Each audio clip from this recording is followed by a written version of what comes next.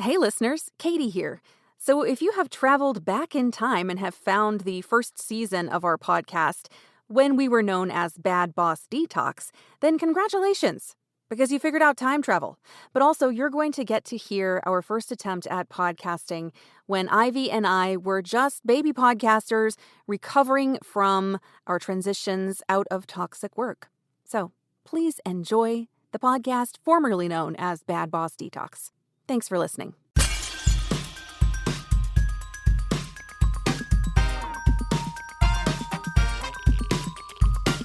Welcome back to Toxic Waste of Time, the podcast where your favorite snarky ants dish on what's toxic and what's not. I'm Katie. And I'm Ivy. And this week we're talking about a DoorDash detox.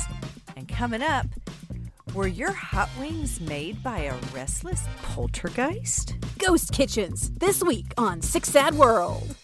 But first, we gotta do what the algorithm overlords tell us to do. Let's do an icebreaker. Spin that wheel. We can't disappoint the algorithmic overlords. Right. Or any Okay, hold on. overlords for that matter. Political correctness. I have feelings. I'm sure you do. Political correctness. What's my relationship with political correctness? It has morphed and changed in my life. Yeah. I used to be like, fuck you, I'm not following your rules of correctness. Ha. No way. And then I realized, like, hey, maybe I'm being kind of a bitch. So Well, I think both sides of the coin, with all coins, are being little bitches sometimes. Sides. Sides. Anybody can be a little bitch. Yeah. It doesn't matter what your political stance is. So I think the initial concept of political correctness was a good idea, right? Yeah. I think that it became kind of heavy-handed. Like, I think it was the way that it was handled. It's a stupid not the word. thought behind it. Political correctness in and of itself, just the two words put together, is stupid. How about kindness? How about don't be a dick? It's actually way more basic than politically correct. Right. That's the thing. And people that still use that term, I think, are way behind. And it's a big indicator that you probably are kind of insensitive. Because it's not coming from a place of, I don't want to offend anybody. It's coming from a place of, just don't be mean. You know? Exactly. Like, you're not avoiding offending people just to avoid controversy. You're avoiding offending people because that's mean. Exactly. To offend someone when you know that that's going to hurt their feelings and doing it anyway. Yeah, but also political correctness. First of all, like, I hate it. I hate the term political correctness. What's political about not calling someone a name? It's not political. Right. What does that have to do with politics?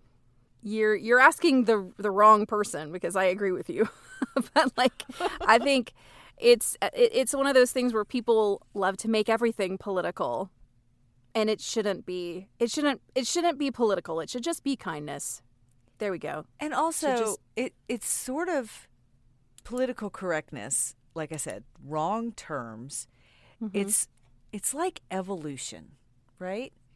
It's the same as evolution in that things that we may have said before were fine.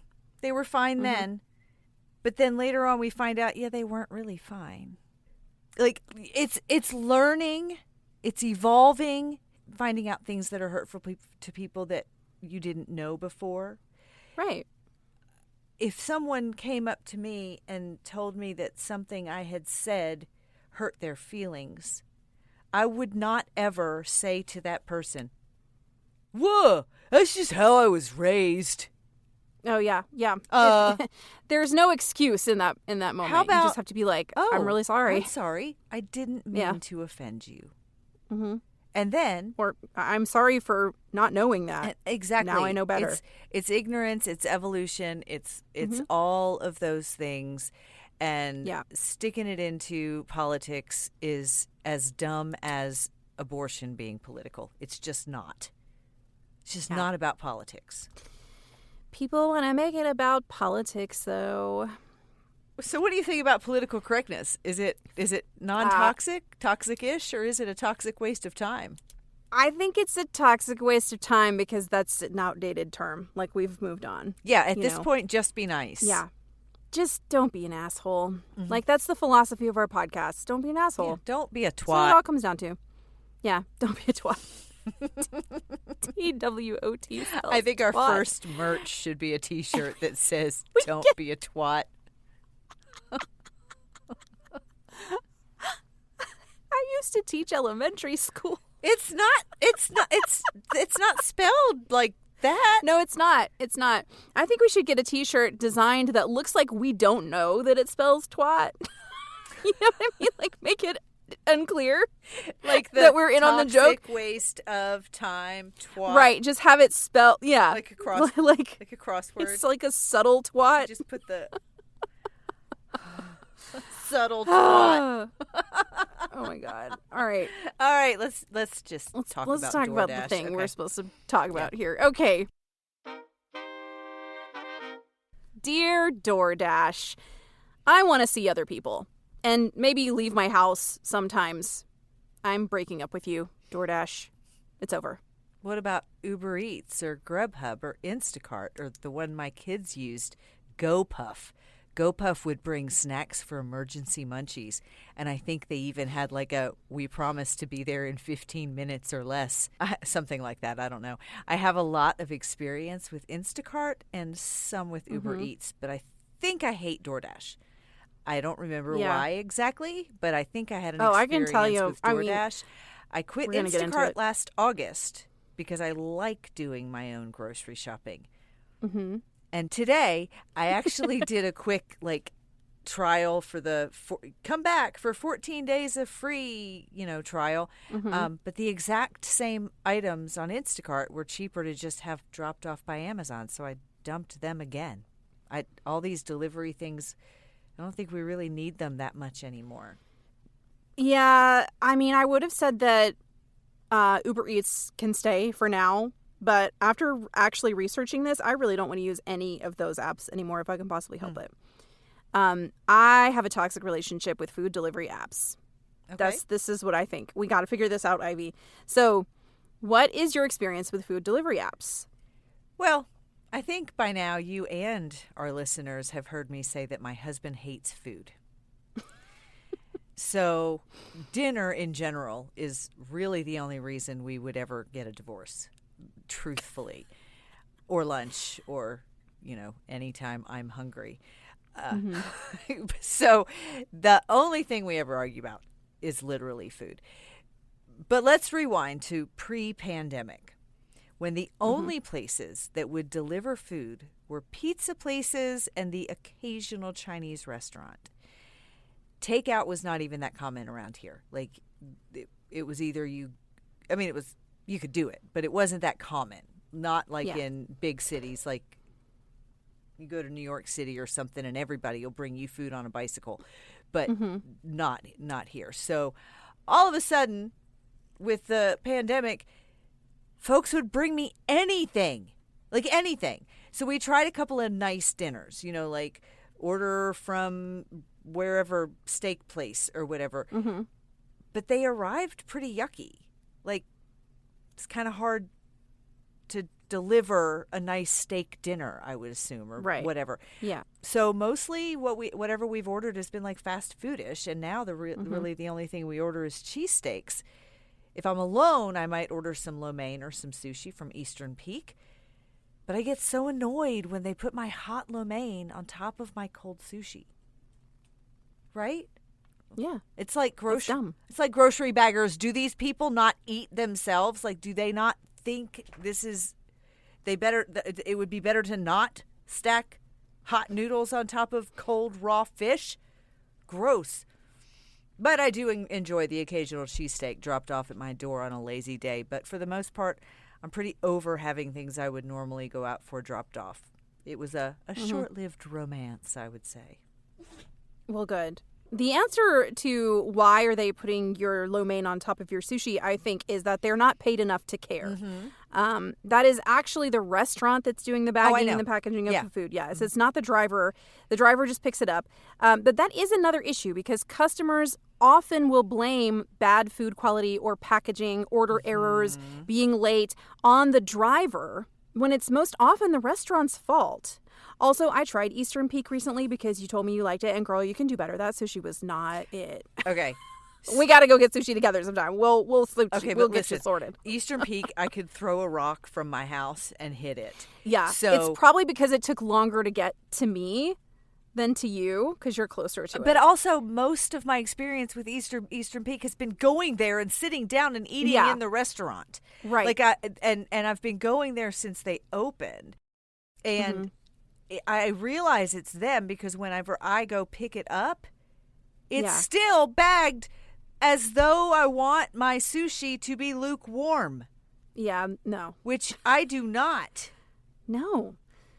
So during the pandemic, I was still working on and off in person. And as I've covered on this podcast before, being a teacher during that time was a white-hot hell. I was exhausted physically and emotionally. I was living alone. It didn't seem worth it to cook for just me. And my previous go-to for dinner, which was stopping by a favorite local restaurant on the way home from work, was no longer an option. So, like many others, I sort of got hooked on food delivery apps. You know? I can't imagine how magical it might be to be able to pull up a menu on the phone while stopped in rush hour traffic, order food, and have it on the porch by the time you get home. That does sound delightful. Yeah, and that's what I did a lot of times when I was like in rehearsals and stuff, and it was just already going to be a late day. You know, I did what I had to do to get by.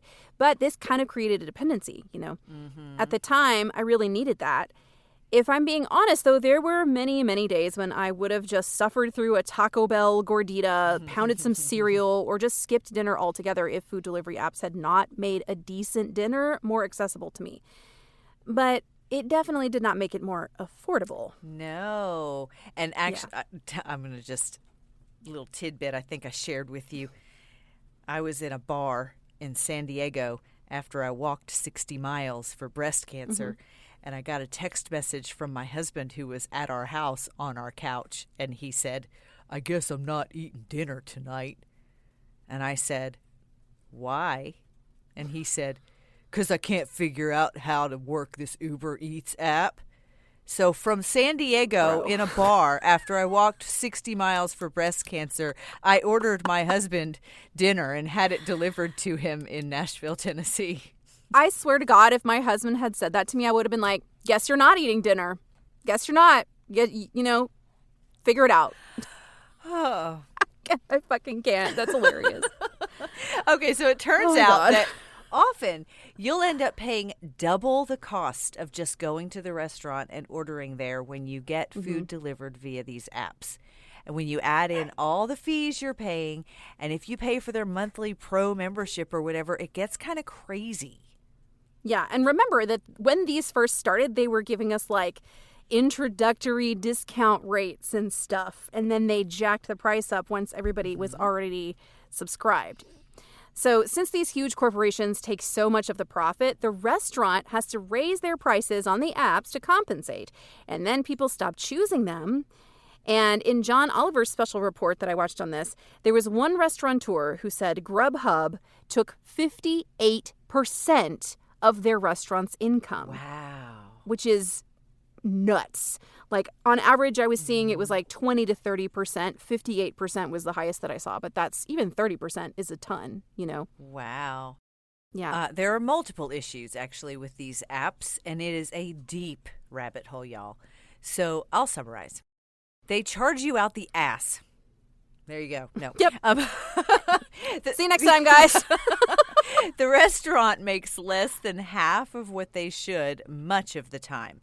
Restaurants can't really even opt out because the apps have been known to list them anyway and even include menu items that they have never made. What? The CEO of Postmates said that he chose to ignore a cease and desist from Chipotle because of their concerns about food quality. Sometimes, when restaurants refused to partner with the apps, they were listed as closed or not taking online orders, even though that wasn't the case. These companies have also spent almost $200 million campaigning against basic labor protections. So that tells you something, huh? And the list goes on. Yes, it does. I even found out that sometimes they manipulate the search results in these apps. So, like, you can search for Chinese food near me, and it won't necessarily list the closest or the best rated restaurant at the top of your list. Instead, it'll list one that makes the most money for the app. So, whoever has paid the most to be listed at the top. I have or whatever. noticed that. But surely there are some positives, right? If you're drunk or you're stoned, you should not go out and drive to pick up food. Okay, cool. That's a legit reason to order food, okay? If you're disabled, if you're ill, or you're just simply exhausted and you need a helping hand because you've got 3 toddlers crawling all over you, then sure, legit, nobody is going to judge you. I just want you guys to know and be informed when you are making these choices. Right, and I mean, if you know that you're overpay or you're paying a convenience fee, is what you're doing. A massive one. Yeah, like I said, on a lazy day, if you want to, you know. But like me, I didn't even realize for a while that I was paying a monthly premium, but not ordering food every month. That doesn't make any sense. Yeah. One of the good things that these apps have done is provide the opportunity for freelancers to earn extra money by running delivery. But don't expect to make a full-time income this way.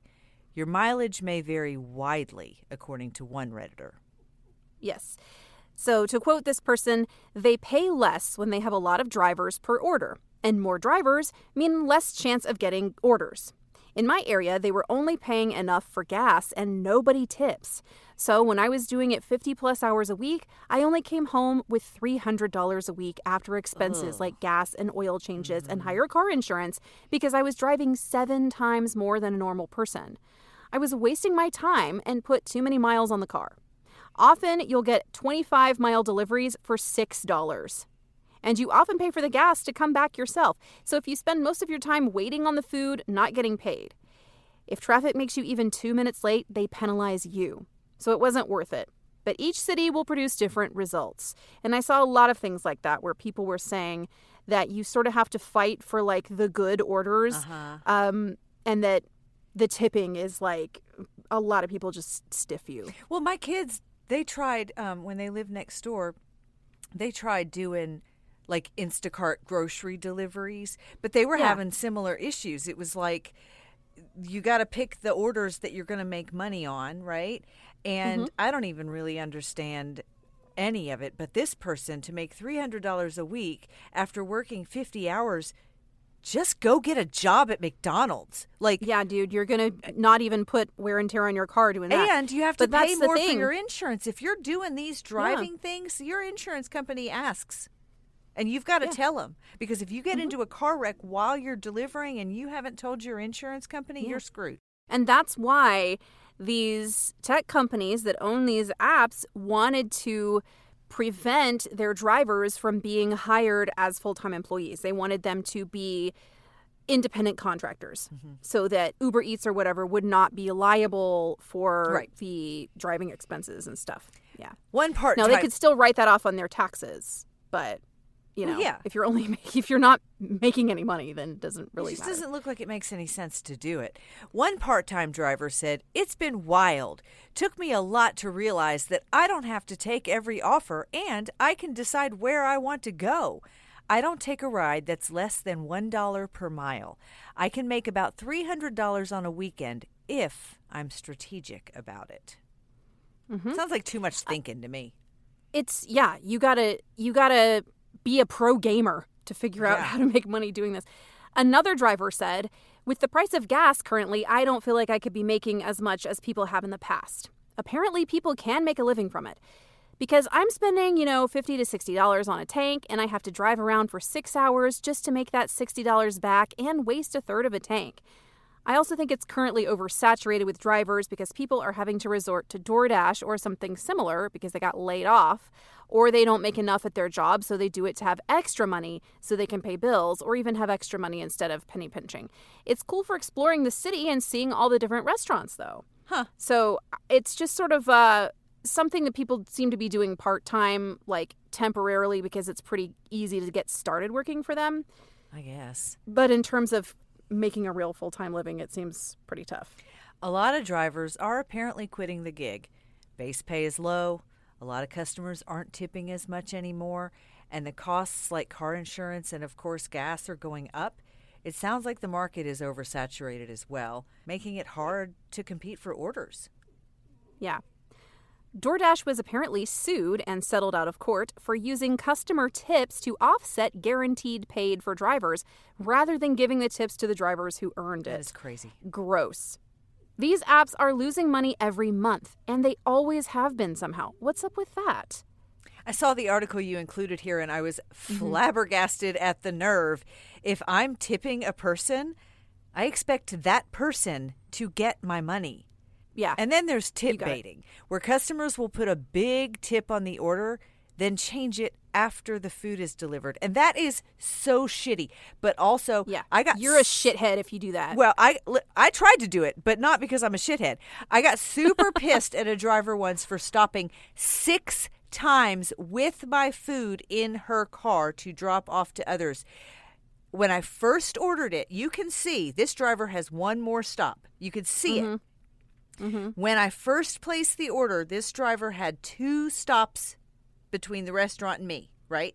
You can see it after they leave the restaurant. So I didn't go, oh, I choose this driver, because I don't get to choose. The driver chooses me. Yeah.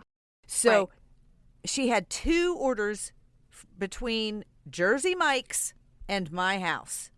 Okay? In that time, my estimated delivery time got extended 4 or 5 times because she kept accepting other orders and taking them.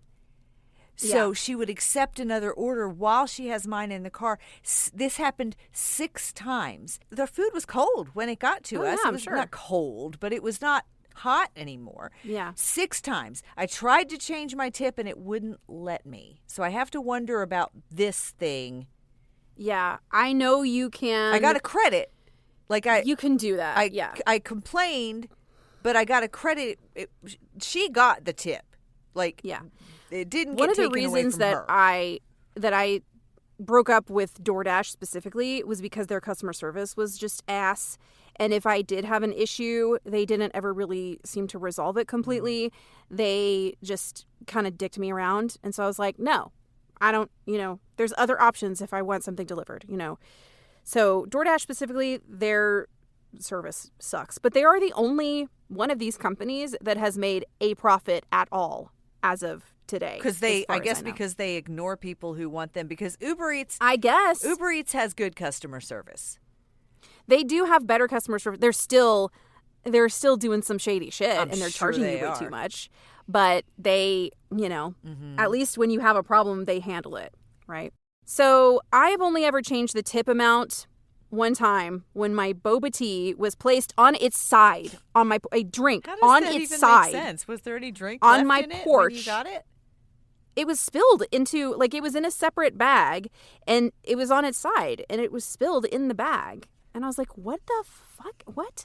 Yeah, it was pretty dumb. And they also put it in front of, they do this all the time. They'll put it in front of my glass door so that I have to tip over the food in order to open my door. He's like, why are they putting there's it a right table in front of the door? next, and I have directions that say, please place it on the table. But they don't always. Why would you ever place food in front of a glass door? Even though I've got it in my delivery instructions to put things on the table by my door, they often don't pay attention to that. The little box that you can write delivery instructions in for anything, for Instacart, for Amazon, for anything. I don't think the drivers look at it one time. Many times they don't. Yep.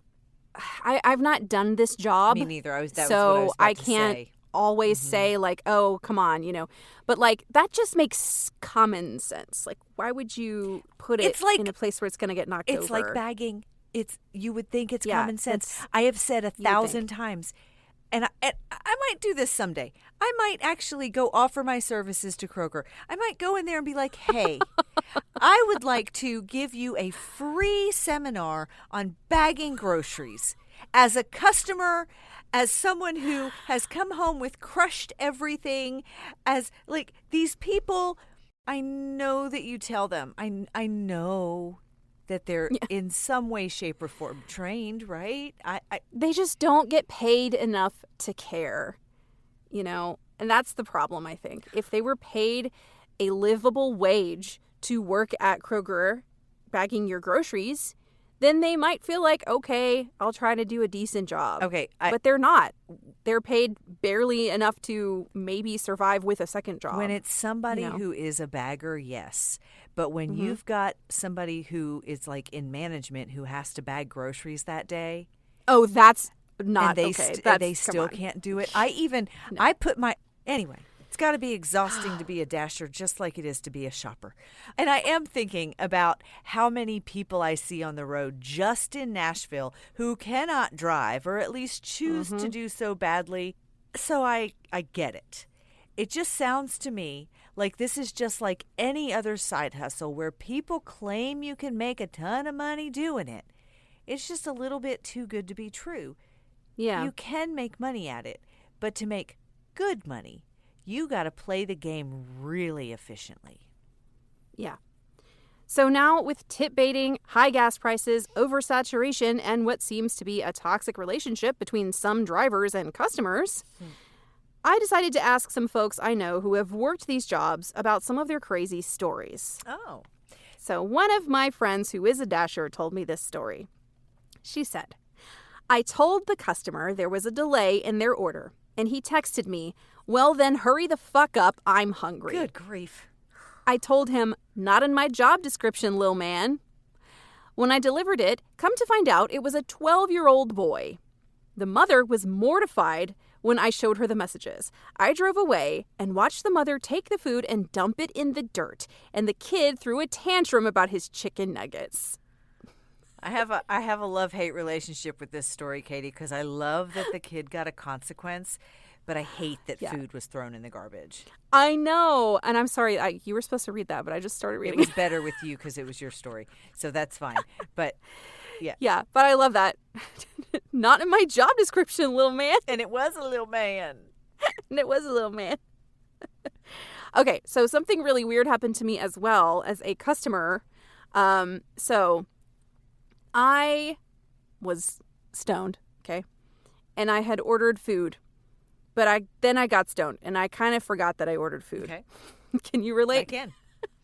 So I went outside to do something outside, and as I was walking away from my door, I heard somebody screaming, Tati, like T-A-T-I, Tati. Okay. And I was like, okay, I don't know. That's not me. Maybe someone's yelling at their kid.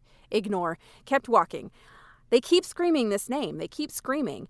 And finally, I'm like 50 yards away, and this person is still screaming, Tati! Tati! I turn around. Maybe they're yelling at me. So I turn around, and this guy holds up his phone, and he's like, Tati! And I'm like, no? So I just kind of shook my head at him and walked away. And then when I came back, my food was on my porch. And I realized, oh my God, that was DoorDash. So why the fuck was the guy? Why did he need to speak to me when the directions say leave it on the table? Why did he need to yell my name when I was 50 yards away? And why would I have thought that he was yelling my name when no part of that is my name?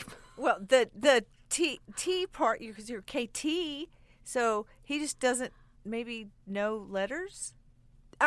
I don't know. I'm baffled. I can't understand why someone would have done that.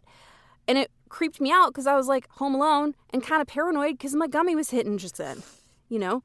And like, I was like, and I told Sean about it and he was like, oh my, you were just paranoid because you were stoned. And I'm like, you're never going to understand because you're a dude.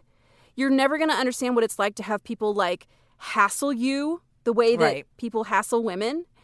And I felt it's a stranger yelling at me. Like I felt kind of threatened and freaked out, you know? So I used to get my groceries delivered all the time during the pandemic and stuff, right? Right, same. And there was this one time I had two really interesting experiences with Instacart deliveries. The first one was a bad one, and the second one was just funny. So the first one, this girl I ordered a lot of groceries, very specific to something that was happening. I don't remember what it was, but it was a lot of groceries. Mm-hmm. And she put them all on my front porch. And before I went out to get them, I'm like heading towards the door. She walks back up onto my porch and takes them all and puts them back into her car. What? And I went outside and I was like, what are you doing with my groceries? And she was like, oh, well, Instacart just canceled your order. And I was like, no, they didn't. And she was like, and I can't remember what she was saying about it. I should have probably looked up because I did communicate with Instacart about this because what the fuck? Yeah. She kept looking at her phone and telling me, oh, well, they're supposed to do this and they didn't do this and they're supposed to do this. And that bitch drove away with $200 worth of groceries that I needed. Yeah. Uh-huh. So she just got your groceries. I'm pretty sure that she just decided that was her last day at work and she was just going to eat instead. Wow. Because it was a lot of groceries. But then one time we had some groceries delivered and my husband went and got them all off the porch. And when he comes in with the last bag, he somewhat angrily says, There's a card and a flower and some flowers on the front porch for you. You deal with that. And I was like, what? There was a card and roses on the front porch. And I guess he thought that some boy dropped off some card and some roses for me. And I opened the card and it was the Instacart person thanking me for my order because they were a single mom and trying to make a living. And there was like 2 or 3 roses and a lovely card. And I'm like, is that person doing that for everybody that she delivers for? That's and really also, nice. my husband's head almost exploded because I know that's funny. Like, fucking chill, bro. You've been married. He was like, "Come out here and deal with this." Whatever. He's threatened by a rose. He's threatened by a door-dashing rose lady. All right, Katie, let's talk about ghost kitchens because I had never even heard of that. So ghost kitchens. Okay.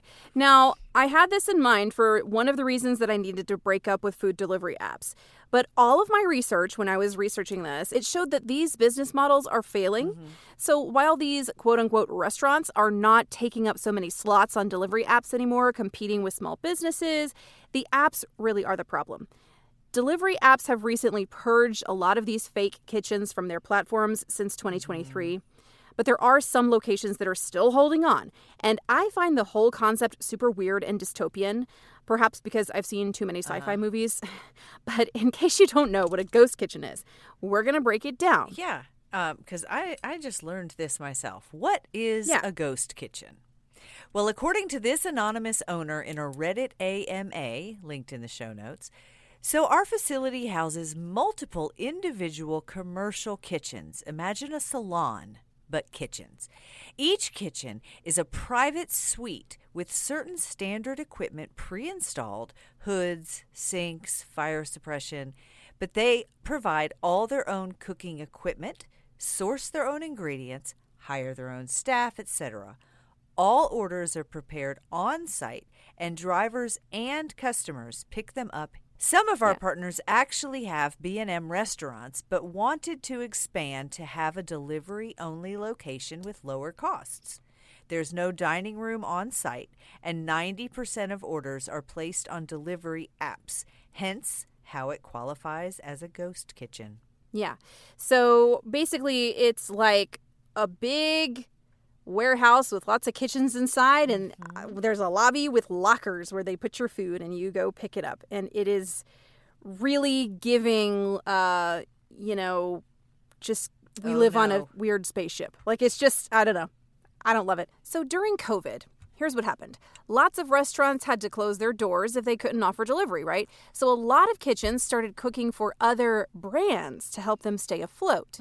One CEO called these plug-and-play restaurants. And there are 3 types of ghost kitchens. There's virtual restaurant kitchens. This one is the weirdest and the most dystopian to me, that are owned by tech startups usually. Those are the ones where, like, your food is in a locker and it was cooked by some mystery person in a kitchen in a warehouse. The other types are mobile trailer kitchens that are sort of like food trucks, but not. They don't really go anywhere. They're just like shitty little trailers all stacked together in a parking lot. And a lot of those companies are out of business now because they were catching on fire. Yeah. Yes, that wasn't going to work. The other type is existing restaurants with other quote-unquote restaurants on the secret menu. And they may be a real restaurant. They may be family-owned small businesses. This would just help them make ends meet by having like a secondary menu that they also make. But a lot of these places are like an IHOP that is also selling you something else. Yeah, like Chili's. They in also the IHOP have kitchen. like a Chili's menu and like, yeah. So what about health inspections? Right. Yeah. So when these startups first took off, no central entity tracked these ghost kitchens. So they were pretty much unregulated. If you had food allergies, you were just fucked because nobody was regulating that. And cross-contamination was just a big question mark. So you could get closed for health violations, then just open up as a virtual restaurant under a new name. Now, according to that ghost kitchen owner in that same Reddit AMA, they basically have to pass the same regulations as standalone kitchens. Yeah, so now they're kind of on top of this more in terms of health inspections. That's not as much of a problem. Major restaurant brands do sometimes pretend to be small businesses, though, to get more business. So if you're not sure if the restaurant you're thinking of ordering from is a real place or a ghost kitchen, check the address. Welcome to Chili's. Ivy doesn't get that joke. Anyways. As a customer, I am just so fucking sick of having to do research, having to do a research deep dive on everyone and everything that I'm considering giving my money to. It is exhausting, but we gotta do something, right? The only real thing we can do is vote with our dollar. And guess who else I found connected with these ghost kitchen businesses, Who? Ivy? Deloitte. Oh. Do you remember them from the Pride episode when they pretended that they were super inclusive and all that, and then they pulled their funding from Pride events? Yeah. Get fucked. So this begs the question, are delivery apps good for restaurants at all? Is this a toxic relationship? Well, yeah, I think so. Convenience culture is a problem, both financially and in terms of our carbon footprint. What are the consequences of removing so much effort in our daily lives? The optimization of capitalism is getting out of control, and it's putting even more strain on small businesses as they struggle to compete. Do you know what that just reminded me of? It just reminded me of the stupid thing about Poshmark I told you. Yeah. They're optimizing it to the point that it's barely usable. Everything is too... It's one thing to make things a little easier. But do we need, in the laziest country that I could think of, do we need anything else made easier for us? Why? Why does it... That's not helping. Yeah. The thing is, restaurants are already running on slim margins, and delivery apps take a huge chunk of their profits. The extra packaging and plastic utensils also create a lot of extra trash. Yeah. I've noticed some places actually make you add those things at no charge on the apps. So I think that's a pretty good policy. If you're ordering from home, you don't need the extra stuff. But maybe if you're at a park or something, you may want a plastic fork and some napkins, right? Yeah. So what do we do about this? This is a question I want to train ourselves to be asking. Okay. Well, you can find the restaurant you're interested in on the delivery app and then Google the restaurant and see if it's a real place. You can also call the restaurant you want to order from and see if they have a different option, because I think that's a possibility. If you can't go pick it up. Yeah. Maybe they have one that they prefer over the other. Maybe if you call Eastern Peak, who has DoorDash, Uber Eats, and some other listed, maybe you call them and say, which one do you prefer financially? So, or if they have a website, maybe you can just order directly through them, and then they'll get more of the money. And in theory, this is a good plan. But many restaurants that offer delivery will just turn around and send you to one of the apps when you click on delivery. Yeah. And in that case, I would just go pick it up instead. If you can. Or Yeah. make a different plan. Yeah. You know, we've started going to restaurants close by to pick up our own takeout orders, and this has saved us some money. So while I was writing this script, I decided I needed sushi. Okay. And I went to my favorite local sushi place's website and ordered directly from them. For my 2 items plus tax and a 20% tip, it was $31.14 because I kind of got the bougie sushi, okay? Through Uber Eats, those same 2 sushi rolls were each $2 more, and with the membership, the total would have been $32.69 before tip and $39.22 after tip.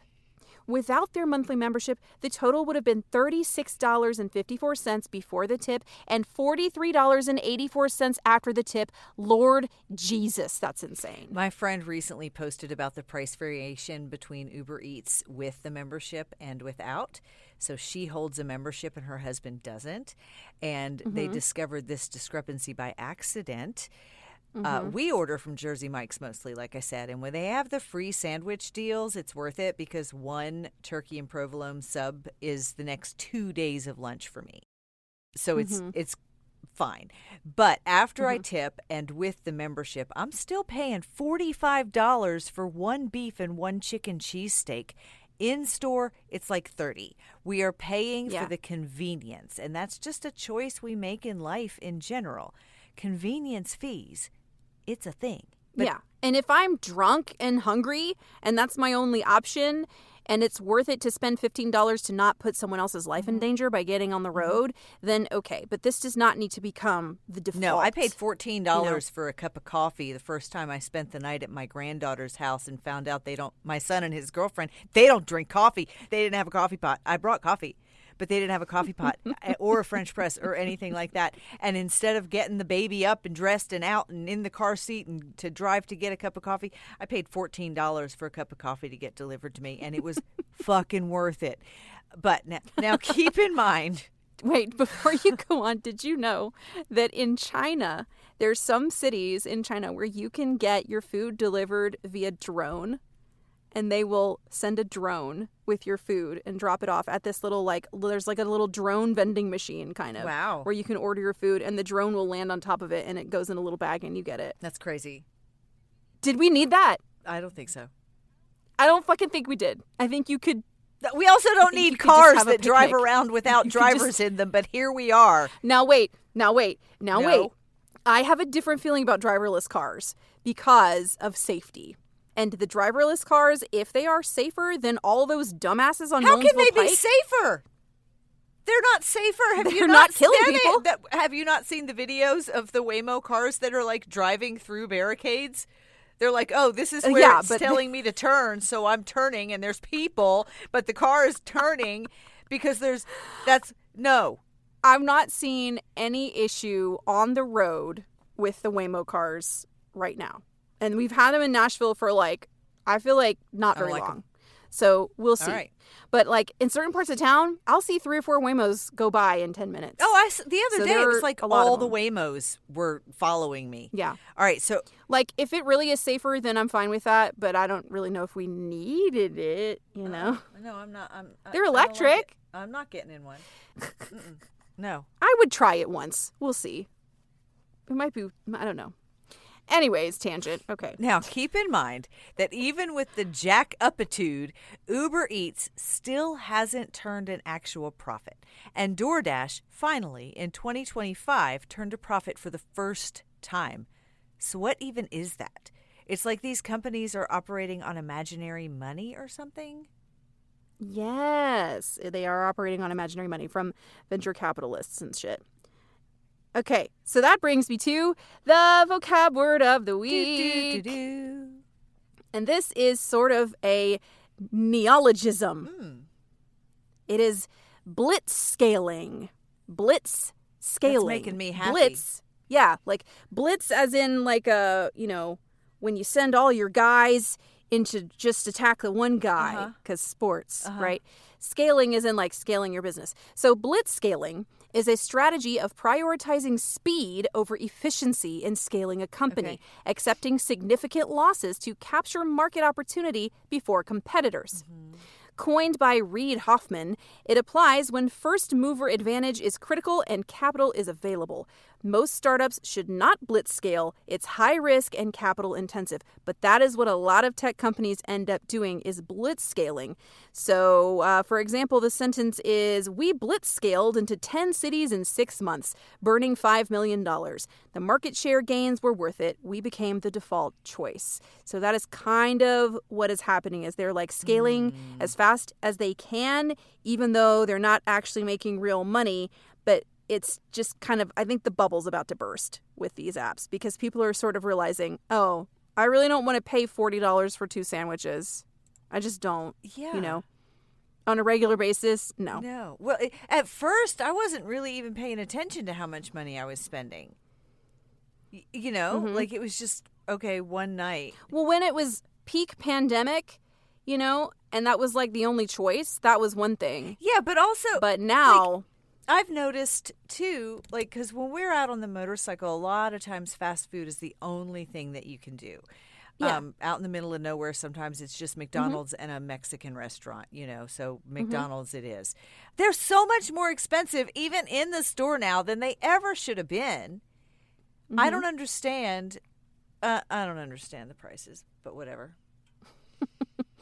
Also, remember Pizza Hut? Because I knew you would have a Pizza Hut story, because Ivy has a story about everything. But the thing about Pizza Hut, back in the day, my young friends, you used to be able to go to Pizza Hut and sit in the restaurant, and it was a very cool experience because they had like glass Tiffany lamps, and there was an arcade, and you could like collect the toys that came with your meal, and they had a buffet where you could get pizza at a buffet. I don't think I would call 2 video games an arcade, but yeah. Girl, when you're 9. Is that an arcade? A Miss Pac-Man and a Galaxica, and you're at an arcade. I'm only going to play Miss Pac-Man anyway. Well, it was the sit-down one where you could face your partner and play together. Girl, I worked at Pizza Hut. But now Pizza Hut, it just doesn't have a soul But it anymore. does. Did you not hear? Did you not hear the news? Okay, so first of all, I worked at Pizza Hut. It was like one of the greatest eras of my life. Ivy's Pizza Hut era. Oh my God. And as far as food deliveries go, let's venture back to 1988 with pizza in 30 minutes or it's free. That was the shit. The drivers had to use actual paper maps to find the address within the 30-minute time frame. That is super hard mode, Our man. drivers were on bikes. They were on motorcycles. They were in beater cars. They were not out here in these Uber Eats driving, cars. No, they were mostly young people, and they were stoned, and they were having the best time, and they were the literal best. One of our drivers was also an artist, and he painted a portrait of me and my then boyfriend in our cap and gowns. Which was beautiful, but also because he was an artist who had no money because he was a pizza delivery driver at Pizza Hut. Yeah. He painted his tag renewal on his tag. I was there. Anyway, I loved that job. We would crank up the jukebox after we closed. We would dance on the tables that you people sat down and ate at. And we tight rolled our polyester uniform pants, got high with the drivers, and it was a party for pay. We loved it. But listen, Linda. Back in the day. They are redoing some of the Pizza Huts to retro Pizza Hut, and the one in Donaldson is one. Oh my God! And that's where I worked. And my friend Jenna and I pizza party. My friend Jenna, who worked there with me, she's the one who taught me how to tight roll my polyester pants. Thank you, Jenna. Yes, well, clearly we need to go to the retro Pizza Hut and have ourselves. Yeah, well, Jenna and I tried to go, but it was rented for a private party. Oh, okay. Which I didn't know was a thing either. Well, used to be you could have your birthday at Pizza Hut. Yeah, but it wasn't rented for a private party. You just sat at the table over there, and we brought you your personal pan pizza. what are we going to do for dinner tonight? Well, we're going to pick up burgers because honestly, they are actually hot when we get home if we pick them up.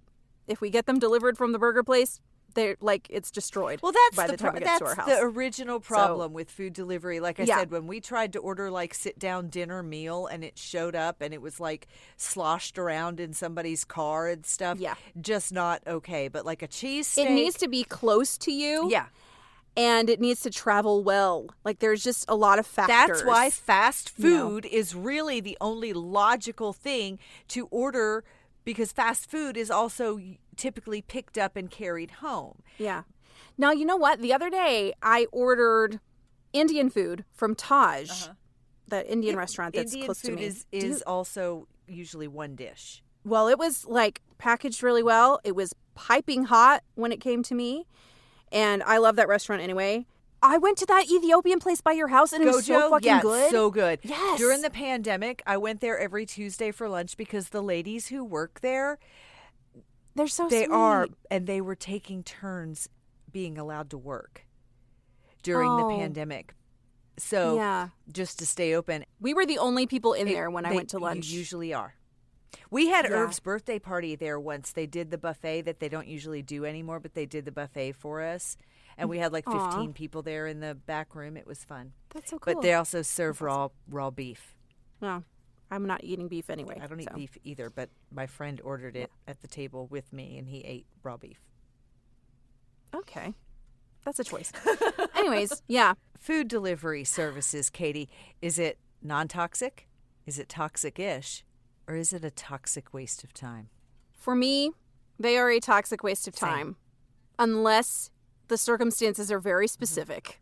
And even then, it's better to go pick it up if I could possibly do that. It's better to not be reliant upon other people. Like when it was groceries and I had to do it because of the pandemic, which I didn't really have to do it. I could have gone to the grocery store, but I did enjoy the ease of it. But also sometimes they really screwed up your order, right?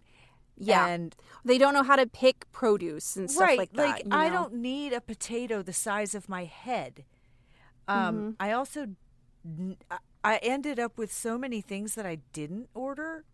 Just random things that should have been taken to somebody they'll else. replace it with something weird that doesn't make any sense. It with the wrong thing or whatever. Yeah. It's just certain things are personal. Grocery shopping is one of them. I don't think I like it when my husband goes to grocery shop, so I don't have to. It just appears. My husband works in a grocery store, and he brings me the things that I need from there. That's pretty great, too. With a 20% discount. So join us next time when we will be talking about toxic productivity. This is something that I'm still working on. And apparently Ivy's kid might need to listen to our podcast, she says. So if you struggle with that, please make sure to tune in next time. And what do the listeners do if they want to reach out to us? They can send us an email to contact@toxicwasteoftime.com. They can also go to Toxic Waste of Time on Facebook and send us a message, comment. You can comment on our Instagram, also Toxic Waste of Time. You can do the Reddit, which is Toxic Waste of Time with the /Reddit stuff. Yep. Also, you can go to wherever you're listening to this podcast. You can give us a 5-star review and say something nice about us. Yeah.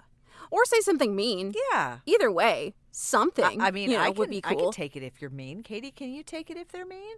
Oh, we will light your ass up. I'd actually. But I was going to say, if you will share this episode, that would be great too. If you can send this to someone you know who drives for DoorDash, etc. Yeah, they'd like to listen to it while they're driving around with my order. Yeah, if you just want to like double, triple up on your food delivery experience. God bless you. You're doing the Lord's work. Yeah. But you should get paid more, and you should not have to be an independent contractor if you don't want to be. I wonder if there's people out there who are like, I want a Coke. I think I'm going to order a Coke, and somebody has to go to the convenience store and buy a Coke. Oh, I guarantee you. And just there's some. I did it with a cup of coffee. So yeah. Interesting. Yeah, Yeah. if you're a Kinda driver, tell toxic. us the dumbest thing you ever had to go pick up and drop off for somebody. Yeah. Yeah. I want to hear your toxic experiences with your customers if you're a DoorDash Yeah. and I similar just want to hear your driver. toxic experience because we are toxastrologists and we are here We are. here to break down the toxicity of things. Yes, with our non-science. Yeah. Anyways, that was All fun. right. And Ivy's computer almost died in the middle. It was a fun little heart attack, but we We got survived. it. We did the whole episode. We Yeah, did it. in It one happened. sitting. All right, Okay, we'll people. see you guys next time. Bye. I'm going to go order some food and go pick Go it up pick it up. like a Yeah. responsible person. Be your own DoorDash All right, driver. love you. Bye.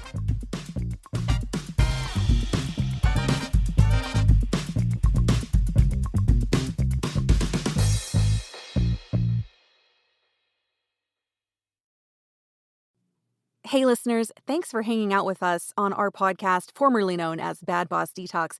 We are now known as Toxic Waste of Time after Ivy and I transitioned fully out of our toxic work and we detoxed from that. So we moved on. If you would like to send us a message nowadays, you can do that by emailing us at contact@toxicwasteoftime.com. You can also find us on Facebook, Instagram, and Reddit as Toxic Waste of Time. Thanks so much. We'll see you next time.